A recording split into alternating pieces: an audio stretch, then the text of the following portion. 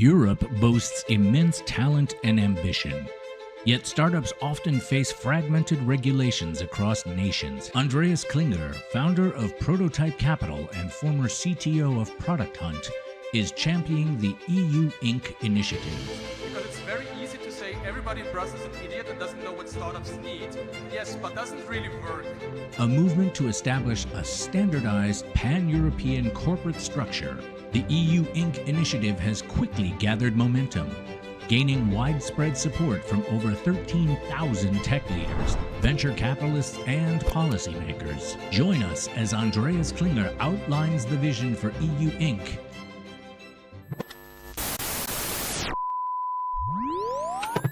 This was their finest hour. Tear down this wall. It's more than just an alliance. This is a union of values. Let's start acting.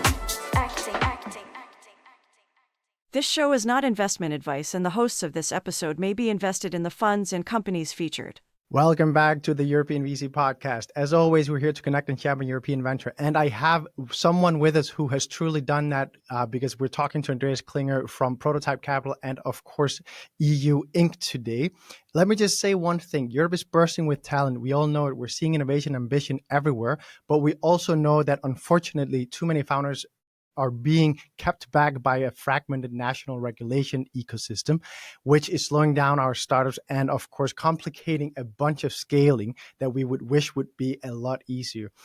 Andreas, if anyone, has truly committed to trying to solve that with the EU Inc. movement, and we're going to talk a bunch about that, but we're also going to talk a bunch about Prototype Capital.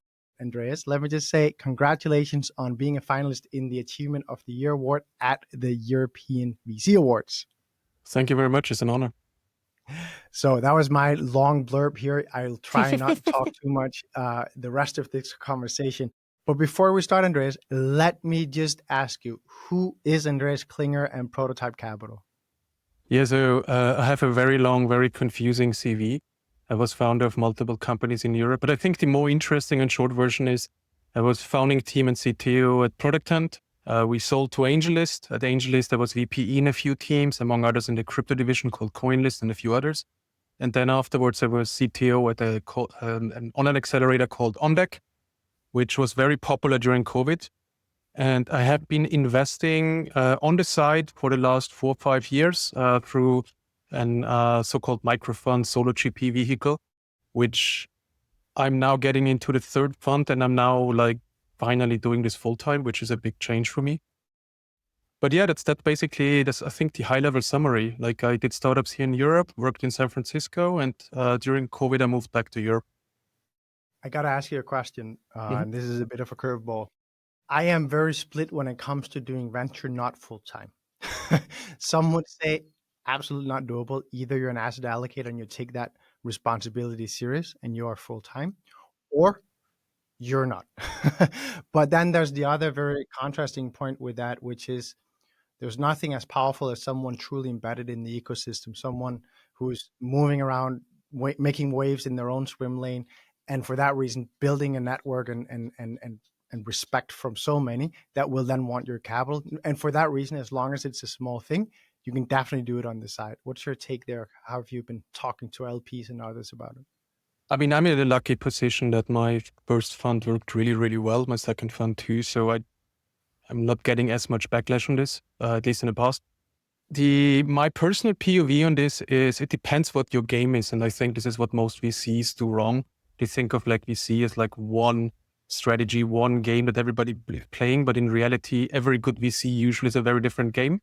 So for example, one of the best working methods right now is you being a very successful founder of a Series C company that's very known for one space, and you having a solo GP fund on the side where you just constantly do angel checks out. And that's in my opinion, one of the best matters. And at least based on what we saw back then with AngelList. So this alone is already a big contradiction to this argument, That being said, if your main job is to do very, very large follow-on rounds, I prefer if you do this full time with a whole team and everything. You know what I mean? My personal POV is it depends what you do with the other part of your time. If you, the other, like, for example, if you do an AI fund and the other part of the time you're running like a big AI community, AI newsletter, or you're working on AI products, that might give you more access and credibility than anything you could do as a VC. And in the end, if you think about it, VC to some extent is like, it's fairly easy to see what good deals are. Usually the hard part is hearing about them early enough and being able to have access to them, like actually getting into the round at a check size that matters to you. And quite frankly, anything you can do to push that is like a big advantage. The main reason why I do the Fund 3 now full time is because I have multiple projects I want to do within the umbrella of the fund that pay into the fund, but I need just more capacity to do this. This is like why I do it full time now and why I also want to hire a few people into the team. Could you tell me a bit about those projects that you want to fit into the fund? Because that's also what I've been seeing looking in from the outside. It's clear that you've got a lot going on with the content that's created. It's clear that EU Inc. has definitely also built a platform for you, put you on the map for a lot of people that I'm sure you can leverage in interesting ways. So for quick context, EU Inc. is a completely community volunteer-run project by multiple amazing people from the startup industry in Europe. I was lucky enough to get the right group of people together, people from VC funds, leaders of associations, people who did legal and policy work for startups for like decades and plus already. It also for me personally, like given that I do more and more investing in Europe and now with Fund 3 primarily focused on it, it also helped me with, I have to admit, it also helped me with my network here in Europe because quite frankly, most of my Fund 1 was, and Fund 2 as well, was like done in the States. And this is like where most of my network is. So I think EU Inc. helped me definitely here, but like the way I approach this is a little bit different personally. And also like, this is how I approach all of these projects. I'm not like thinking like what would be good content marketing or good community branding or whatever, I'm more thinking, okay, what is absolutely needed in our industry in Europe as a continent? Like what's the big pillars that are needed to actually make Europe succeed in the next 5 to 10 years?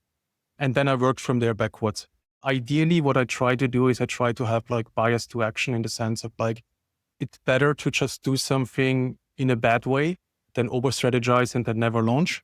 And number 2, if you do it horrible, but you have a good idea, maybe you inspire somebody who's more competent, than they do this, And the way I want to think about this is I don't want to create content, I want to create change. And that's kind of the main things we're trying to do with Prototype 1.3. So working together with good people from the community, figuring out problems, trying to find solutions for it. The first one was EU Inc. Obviously. Before that, I worked I helped co-initiating like a larger community called EUVC. Currently, I focus a lot on pushing the topic of hyper ambition. I haven't like published a lot on this yet, but like this is my next focus I want to do. It's more like bottom up, where EU Inc. is very top down thinking. Like big fixing a network, and like the other one is like bottom up. Like what do you need to do on like local scale? And here is hyper ambition is like a big topic. And the first thing I'm doing here is I want to do more media in Europe on that topic. So I started doing like basically a vlog series where I literally just walk into the office of like very interesting companies and just show the behind the scenes for like the idea is to show that they are extremely ambitious in what they do and they have a clear shot to become number 1 worldwide, not in Europe, but like worldwide. And number 2, also keep them as authentic and relatable as possible so that any viewer can see this and be like, if you put 3 years, the next 3-5 years into your heart into this, this could be you. And this is like the idea of the whole video content. I'm also doing lives, which is like just going live streams, which is a little bit easier to set up for me. So like I want to do this like in parallel. And then the other thing I want to do, like I have a few more projects that are coming up, but I don't think of them as like content in that sense. Like my goal is not to have, I don't know, like a good content funnel or something like this. I genuinely believe that we are in a global economic crisis, and these kind of crises are moments where the world order gets redefined. And we have now the mandate to actually fix Europe and like get over our little bickering in between each other and like all the, but this is not Europe, this is the UK and all this kind of jibber jabber. and actually realize that we are more together than we are separated, and like fix this network and these systematic problems we have. That's number one. And number two is we also have to make an explicit choice. And the explicit choice is to say Europe will be the best place in the world to live and innovate. And that's a choice. That's something we have to deterministically say that we want this and that we want to make this happen and we will make this happen. There's a series of like things that needs to be done. For some, I have the network and the skills, so I try to get them done. And for others, I want to like inspire hopefully people to get this push this forward essentially. It's an interesting point that you just said. There's so much to unpack. But if we start with the point you just made about Europe, that you want to make it the best way to both live and build, I think that that's an incredibly good point, and it's one that I frame it a bit differently. What I say is that I think that one of the strong competitive edges of Europe is I think that we're building from a more long-term sustainable perspective for people, meaning that when I look at the States, I haven't experienced the States myself personally in any meaningful way. However, when I look from the outside in, I'm very afraid of whether a society can last long term if the individuals on an individual level can be in such a performance driven, such a hard pushing society where almost no value comes from being you, but it all comes from what you achieve. I am very afraid if a society can sustain itself like that. I disagree. I imagine, because it runs contrary to what many think. We underestimate regularly two things. Number one is we think because we grow up with like American media, music, videos, that we understand the culture fully and we're like really like the same Western culture. It's not. Like move to California, it's like it's very different, especially if you're Germanic. I basically walked around and told everybody I'm autistic because I was just way too direct and like very confused with all the social nuances that you have to dance for. That's number one. Like we think we have the same culture, we don't. And sometimes it's subtle difference and sometimes it's very big differences. The other thing is we underestimate how good they are in marketing. And a lot of the American persona of like, you have to work hard and like the underdog success and like all of this is like intentionally shaped marketing. I had people in the States where they like told me how extremely hard they work, and I'm like, I've seen you 1 hour at the coffee shop. Like, what the fuck? What are you talking about? And like the day before you were at this dinner. Like, if you are like people who are actually working hard and who are busy don't have time to tell you how busy they are. You know what I mean? Yeah. So we need to. You won't be meeting them in a context. You won't be meeting them in a context where they have the time to tell you. Exactly. And so this is like we need to be a little bit careful how we understand the American culture, because we like tend to consume them from a pre-marketing angle. And we also post-marketing angle, sorry. And we are also like a little bit assuming that they have the same cultural norms when they talk about stuff as we do. So for example, like if you meet a German person who tells you like that it's really going well, you like, holy shit, like what the fuck's happening? You know? So you know what I mean? And now with the same branding, we go like here in America, like it's doing really well, it's great, you know? And like, this must be amazing, you know what I mean? But it's not, it's cultural different norms. So that's something where I'm a little bit like hesitate. Like I very like well remember like when we were in San Francisco and we had to work out of the WeWork. I came at 8, I left at like 9. I was the first and the last to come and leave every freaking day. And it was like frustrating as hell, you know what I mean?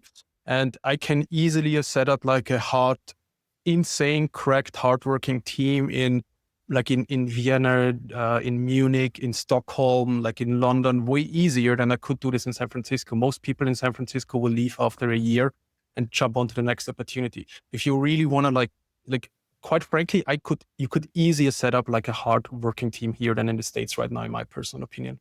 Well, so you misunderstood a little bit what I said. Sorry. If you thought that I said anything, 5 minutes rant. If you thought I said anything about work ethics, because I think you're absolutely right. I have,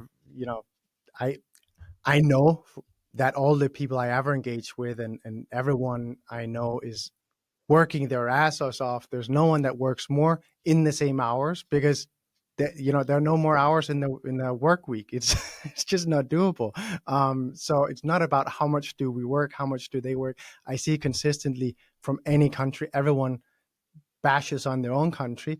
And then you realize when you have a bit of exposure across the globe that Well, everyone's saying the same thing. They're just only saying it about their own country.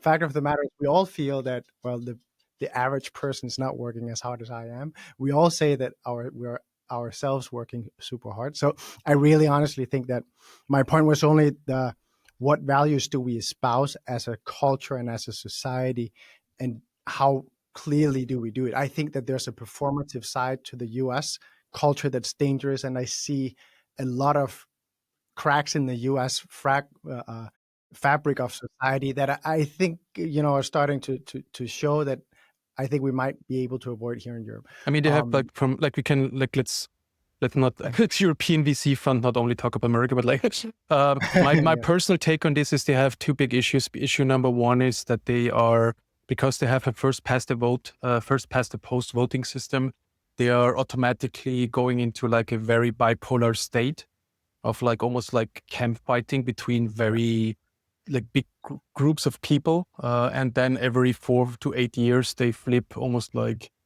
your manic bipolar uncle in at your family party, you meet him every few years. When you were young, he was really cool and had all this motorcycle, and now you're just this dude is intense, and kind of the same for me with the state, where it's every 4 to 8 years it can be completely flipped, and it's getting more and more like this. That with Trump especially, every 4 years you have a complete flip on agendas on pretty much any important topic, and that's just a very hard way to have a long-term partner like that. That's problem number one. And problem number two they have is a lot of debt, which I think is a completely under-discussed problem. But yeah, it's a very long, different podcast. Yeah, it's a very long. Tune into the All In podcast if you want to hear a long treatment of that. Andreas, before we go into EU Inc., tell me a bit more about the investment focus of Prototype Capital, who you're normally co-investing with, maybe a bit about the size of former funds and also the one that you're raising now. Prototype is now going into its third fund, co-investing with, I don't think that there's any meaningful fund we haven't invested with or before. So what we usually do is, and when I say we, that's me, but it sounds more impressive for speak plural. We do first check, first round. So we're one of the few that are stupid enough to be the first investor, and we are actively trying to do so. So ideally first or second investor usually. Lead ticket sizes? No. So we do 100, 200, 400K depending on the stage. And what we usually try to do is we try to give them, when we're first investor, what we usually do is we commit, try to set up a round for them. And we do 200K, a few others are doing a few other, let's say we get up to 800K or something. And it's enough that they can focus on building the prototype, building the thing, getting out there. And that's usually the playbook we do. Very frequently, we are also, it really depends on what the stage of the founder is, what they need. So if they're already at the stage that they can raise 1 or 2 million, and we introduce them to tier 1 funds. And if not, then we are trying to give them enough money that they can get to the point that we can introduce them to tier 1 funds. We do first check, first round. Usually I have only done, I've done more than 100 investments now, I lost count, but only 6% or so is actually beyond the seed. So very, very few exceptions are actually quote unquote late stage. Will you do any follow-ons in the fund? So 50 million is not a lot, right? So oftentimes you see. It's not a lot, yeah. It's a size where I can deploy as the only GP, and it's enough where we don't have to water down the quality of investments, and we don't have to, for example, I don't have to hire multiple new GPs and then the economics break down, or I don't need to increase the check size and then push everybody else out. In my opinion, as a VC, it's very important to understand what is your game and then getting better and better at your own game. And the game we do is, I would say, closer to super angels than it is to a typical seed Series A fund. The first fund had a multiple, with our markdowns internally, it's on paper 5x roughly. Depends how much you mark down. And if you only look at the multiples according to the last valuations, everything is close to 7x. The second fund is also doing now really nice. What I'm actually proud of is that the first fund is now fully returned, it's at a 1x DPI, which to me was a game changer, because for context, most of my LPs are very small check founders of startups. It's more like a community fund if you want to call it that way. So for me, it was very important now that we're like having this economic crisis to actually be able to give the money back already and be like, hey, this is not like gambling. This is actually like, here's your money back. And from now on, it's profit. And that was like a very exciting moment to me. The biggest lesson learned for me with the fund is doing secondaries. I have been in countless very successful companies first round. Like Hopin is, I think, the most famous one. Clubhouse is very famous, a bunch of others. And biggest lesson learned, secondaries. But I'm lucky enough, like I don't know, like famous companies in my portfolio is like remote.com. I was first round. I think they're quite famous. Luma Labs is currently extremely famous in the States. The good thing is I invest early enough that I don't need to have these big stickers and still have like a significant multiple. And yeah, like now we're going into fund 3. With fund 3, it's like a little bit of a shift. Like, so fund 1 and 2 were very heavy US and a little bit India and a little bit Europe. Fund 3 will flip this. So it will be very heavy Europe and only a little US and a little India. Main reason is because the most ambitious and most driven, obsessed founders I currently talk to are all European based. And I think we need a better, like a more aggressive, super early stage phase for hard tech, for deep tech in Europe, where people are very willing to invest aggressively early. I hope to be one of the micro funds that make that happen. Can you tell me, Andreas, a bit about your own journey, because you are not historically a big deep tech investor, and now you're doubling down on deep tech and hard tech. Could you tell me a bit about why you're comfortable doing that, why you think you'll be able to be successful, and also where you know that, okay, here there are some dynamics that are different, but X, Y, Z. So I think of myself as like a applied fringe tech investor. So I'm looking for the stuff that's hitting the moment where it's much more how you apply it and not fully research focused anymore. So for example, robotics is currently in that space. Like right now you have a moment where in robotics, it's as important what are you using the robot for as just making it work at all. You have the same with computer vision now, extreme fast moving things here happening right now, and so on and so on. Before that, I did like a lot in infrastructure, developer tooling, and this kind of things. Before that, there was even more niche. Before that, I focused a lot on like global work and like all these things. And then COVID came and like showed that this is like a good idea. The way I think of this is deep tech is currently a buzzword that people use. And a lot of the investments that are in deep tech are actually not deep tech anymore. They're just like where VC should actually be. Because if you're doing yet another accounting SaaS startup, that should be maybe already like a PE play and no longer a VC play. The job of VC is to look where is the vector going. It's like thinking of like, what is the fringe? And like, I think of myself as somebody who is very comfortable with research risk, but I do want to invest in things where it's already understandable what will be the end product. This is like one of the reasons I call it prototype. Like I'm very much product centric.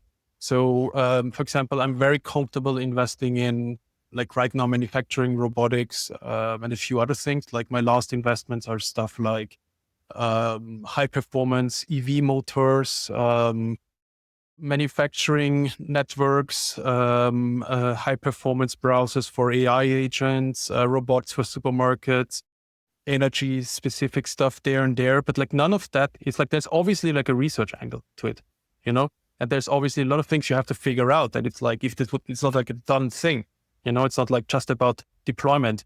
But in many cases here, it's you have like the ship is no longer 80% research and 20% engineering risk. It's now much more about the engineering risk. So what I usually do is, if I'm not an expert in the specific field, so I consider myself an expert in developer tooling, everything around AI agents is very comfortable, video models, like this kind of stuff, nerves, Gaussian splats, like anything computer vision, I'm comfortable. But if I'm not enough of an expert, I'm trying to get at least one other micro fund or angel who is an expert in this field in as early as possible, you know, and then do it together with them. You make an important point there, because you say you try and get an important expert in as an angel or as a micro fund, not just as some expert advisor.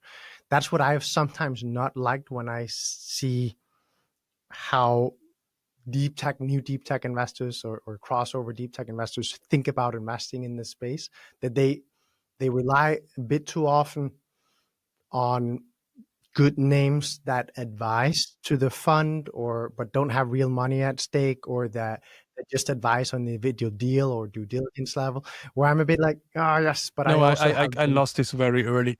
I had investments I fully believed in, and I asked like experts in this industry and like, hey, what do you think? That was like among my first investment. And they were like, yeah, nice, but can easily be done with A, B, C, D, has already been done by this and this company, whatever. And they're like, yeah, okay. I mean, if I ask them to help me with the due diligence and then I don't take their advice, why do I do the diligence, And then I didn't invest. The company went rocket, and I found out later, invested in the next round. I'm like, what the hell, So my big learning here is it's much more if somebody has like skin in the game, if they actually invested, it's a completely different signal. And I also tell every founder that if you have like a slide that shows a lot of advisors that haven't invested, that's actually a negative signal. You know what I mean? Because everybody's okay with free equity. So yeah, I agree with you on this one. Yeah, or loosely associated with an interesting thing. Yeah, it's very simple. So yeah. Yeah, random professor who has like 50 students and one of them, like almost all of them have them in his stack. Yeah. Exactly. That is too often the situation. Andreas, now I want to shift into EU Inc. and ask you a few questions here. Tell us all about EU Inc. Why did you found EU Inc.? Who's the people behind it? What are you driving at?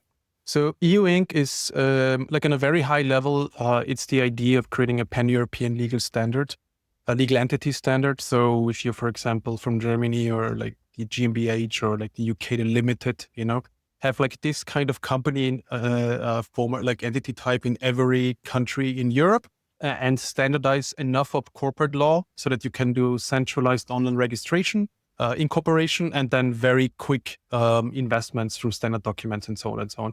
If you have anything to do with startups, the way I usually explain it the easiest is like think Delaware meets Stripe Atlas meets YCSafe, but across Europe in a way that actually works with the member states and keep taxes and authority and like everything here. From our point of view, it's a very good compromise between what the member states want, which is like as much legal and tax authority as possible, and what the startups need, which is standardization across Europe to like be able to quickly move, quickly raise, quickly do stock options and all these kind of things, which are currently just like really, really complex to do. And the way we do this is basically we're saying we standardize a part of corporate law, but employment and taxes have to stay local. So you're, for example, still a Danish EU Inc. So you still employ under Danish law, you still have taxes under Danish tax law and so on and so on. But you can use incorporating online, you can fundraise within minutes and all this kind of stuff. Plus you can do pan-European stock options. The team behind this is a group out of the startup ecosystem. It's let's say 5 to 8 people. The people who did not optional, so like the Wojciech of Index Ventures, if you know not optional, which is like an effort to standardize stock options across Europe, is a big part of that. Very early managing directors of EF, for example, Philipp Höckelmann, Simon Schäfer, who did the factory in Berlin, but also like in Lisbon, and who is like also the president of EFS, which is the Matter Association of Startup Associations. Multiple legal experts who and a few other people like to keep this short. But basically, in reality, if you think about this, it's a WhatsApp group. It's a WhatsApp group of a few people who are very passionate about like actually making something and changing something.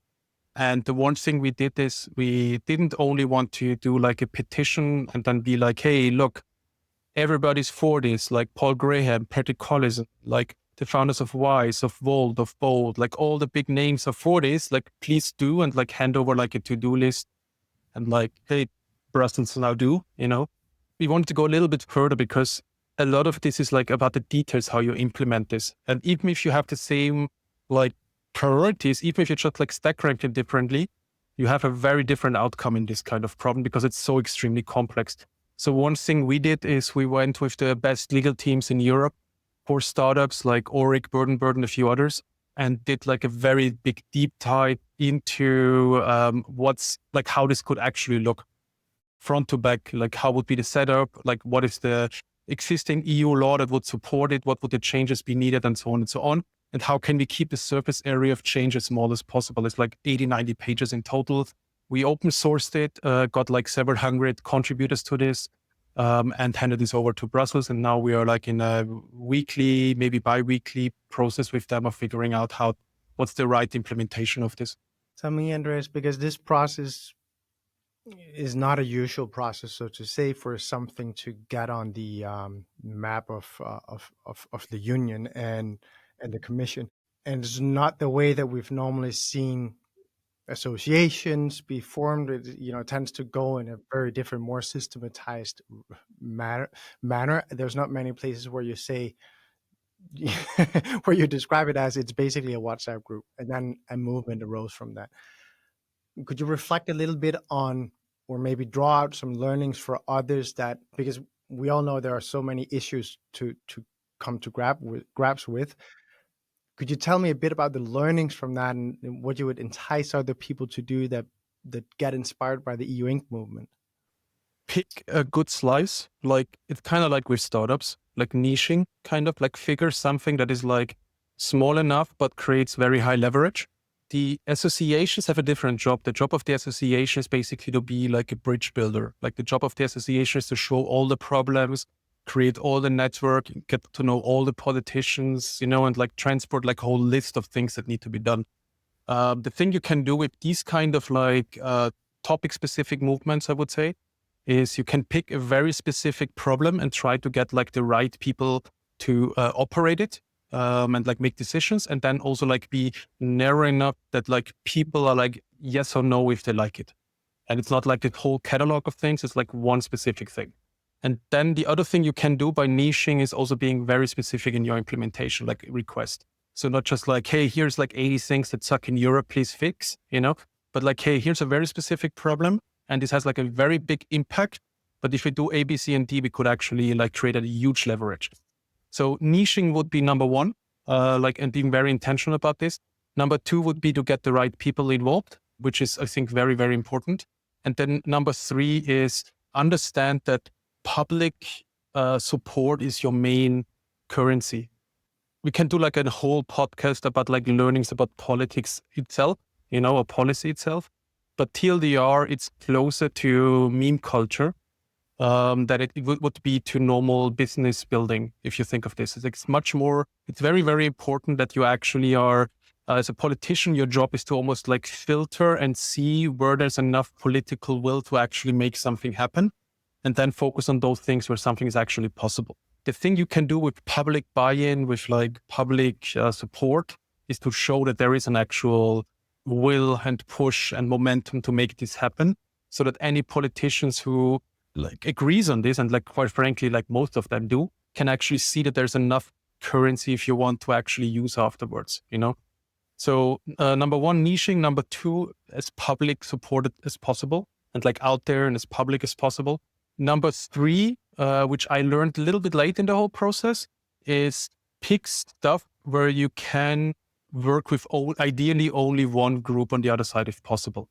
So EU Inc. is a little bit of a hairy beast in this case, because we have to work on EU level with multiple DGs, so with multiple ministries, from like legal to connect basically like the inner market and a few others. But we also have to do the same on national level. So we have to convince all the national politicians as well as the Brussels politicians. And the main reason is because the national politicians actually hold the power. So if anybody feels inspired by this, and I genuinely hope I don't spark a whole generation of policy nerds, but if anybody is inspired, pick something where you have to work only with one group, ideally. And if you can even sidestep politics at all and like find a pure market solution, that's even better.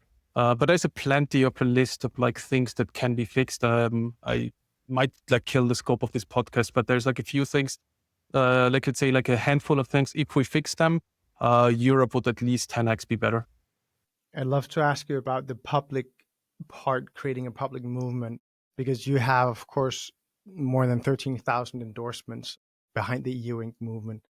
Can you tell me a bit about organizing that movement, the importance of it, and the tricks that you used, and maybe also reflect a bit on where this has put you publicly as Andreas Klinger and Prototype Capital, because on the one hand, it's a great asset, but other people would also say, okay, that's not for us, especially if you're in a larger firm. You might say we don't want to be associated with something that might end up being politically charged, those types of considerations that I think the problem with VC is that many of us manage capital on behalf of very private individuals that are not interested in backing any specific costs. They're just looking to get a good return on their investment.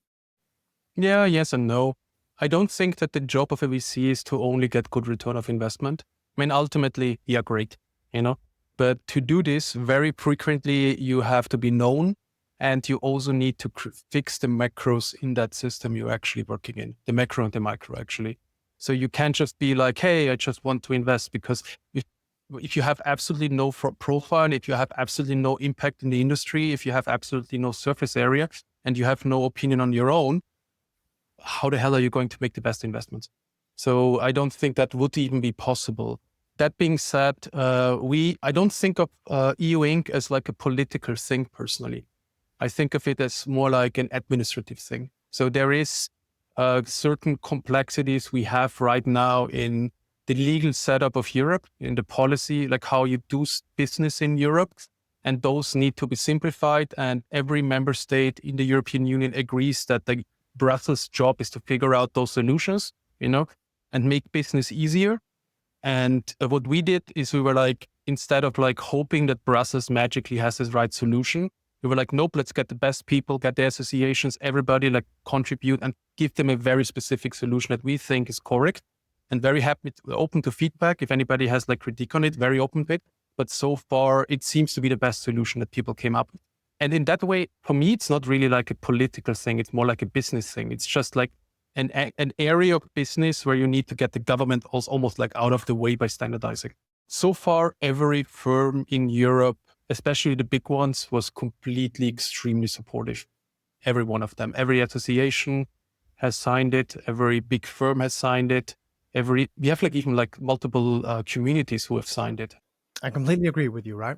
If we look to the States, like coming back to it, but if we look to the States, I think that what we can see is a movement there that has really gained momentum from having, there's a lot of agendas that are high for us in the tech ecosystem that have also become high for the administration, because the people that got behind the administration were tech people. So crypto being one as an example. And you also spoke about the debt problem. That's also one that's risen to prominence a lot because of voices in the tech ecosystem that are then leading it. That same thing with the Doge project. There is a lot to be learned from daring to go into politics. And now you're saying, and that's why I'm saying, well, I do agree that you can definitely look at EU Inc. as just being a policy question. It's a matter of fixing administration. There's no politics here. But then I also know that in Denmark, we have about 20% that do not like the EU. And anything that means we move closer to the EU and closer to one big union, not something we like. So on that side, and then we're going to get into other things where you are picking a bit of sides, so to say. There are going to be people that don't like getting into this. Quite frankly, life is about picking opinions. You know what I mean? Making decisions and picking opinions. But what we see in the US is, in my opinion, has been true for every industry ever. And we think of tech as like this little startup, whatever. It's not true anymore.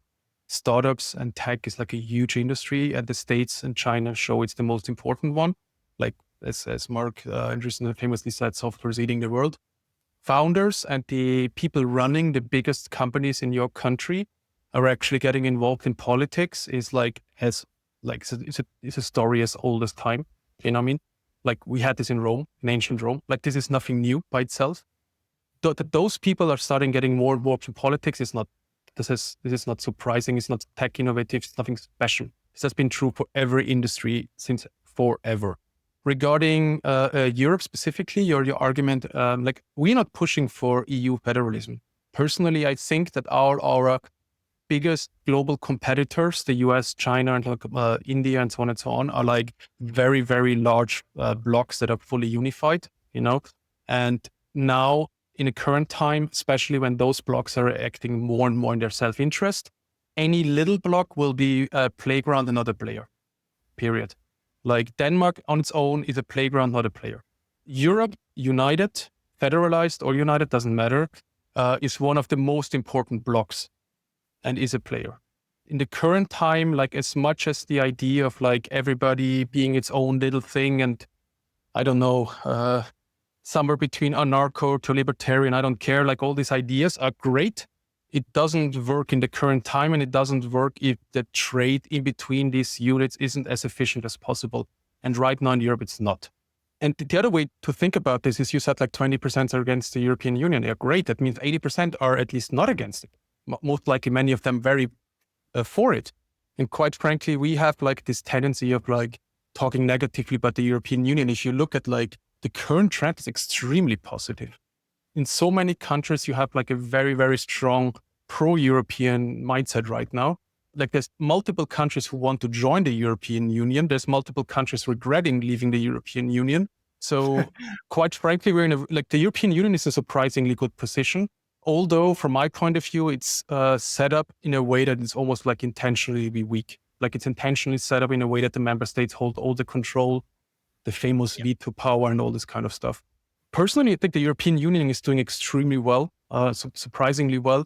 And I also think that with Trump, we finally have like an American leader who does everything he can to make Europe and China succeed. So we're in a very good place for the next 4 to 5 years as well.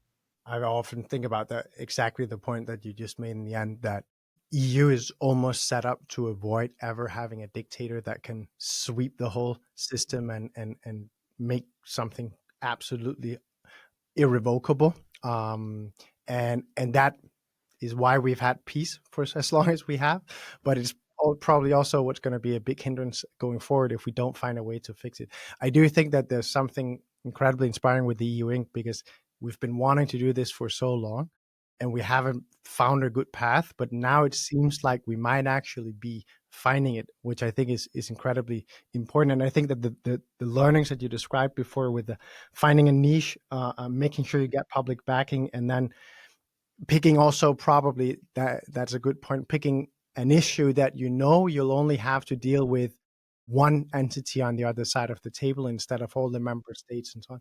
That is a very good point, and I think it's a roadmap that many hopefully will pick up the mantle to follow. I'd love to ask you now, before we close, what is the path forward for EU Inc? What are the next steps of this 28th regime? Keep in mind, we are not the people making the decisions. We're the people advising, and there's a very large different subsets of people who are making ultimately the final suggestions. And then there is like voting, and there's changes, and then there is like, I barely can explain the whole process. But in the end, the member state leaders and the parliament is actually making the decisions.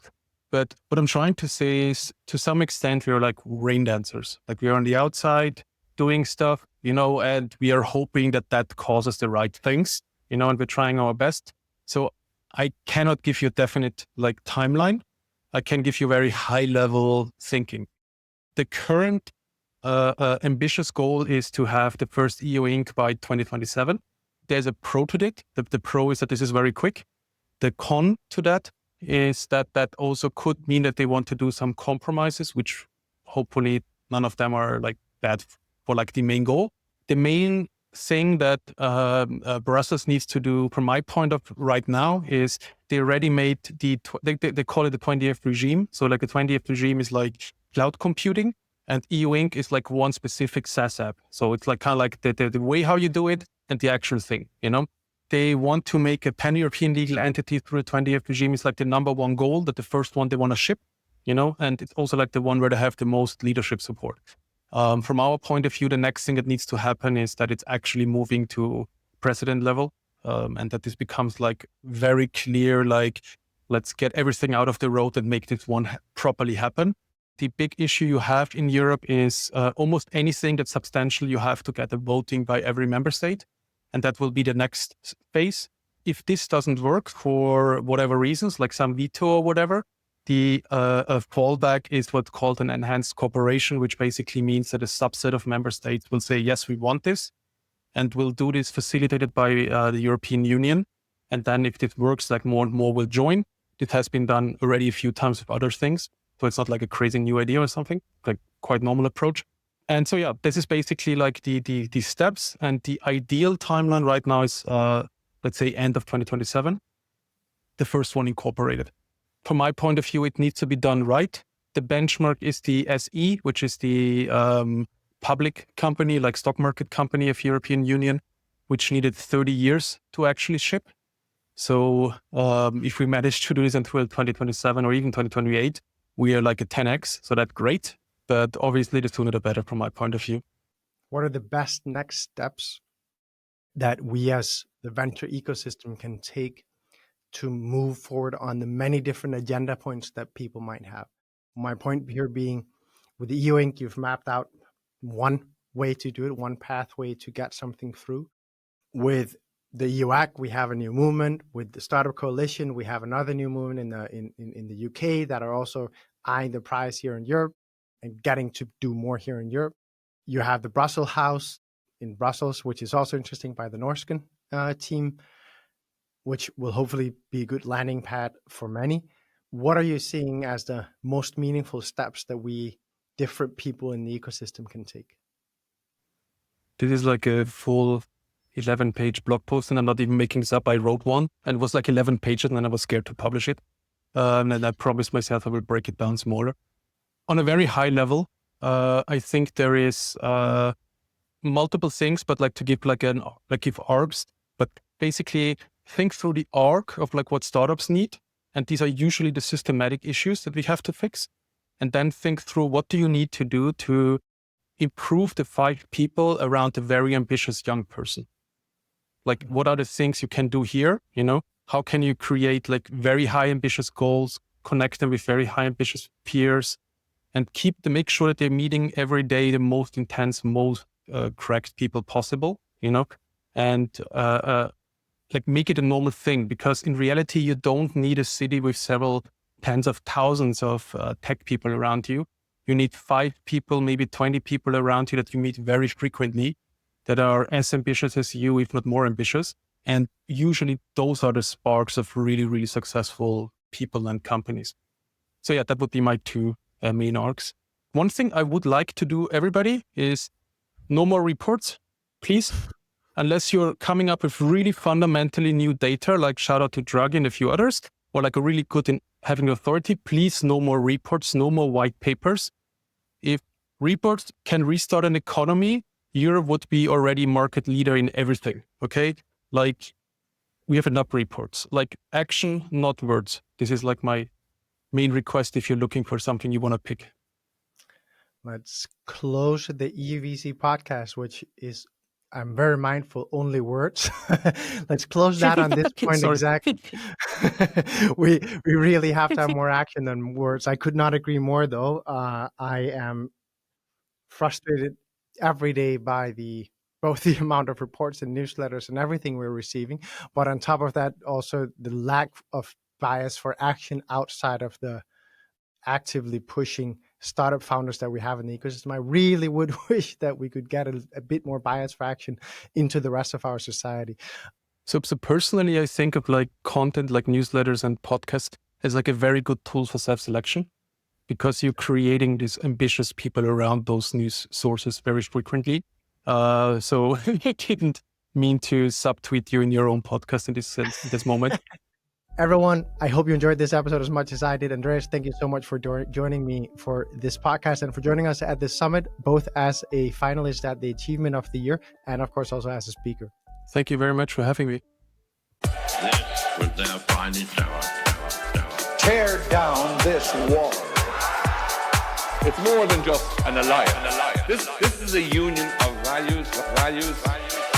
Let's start acting.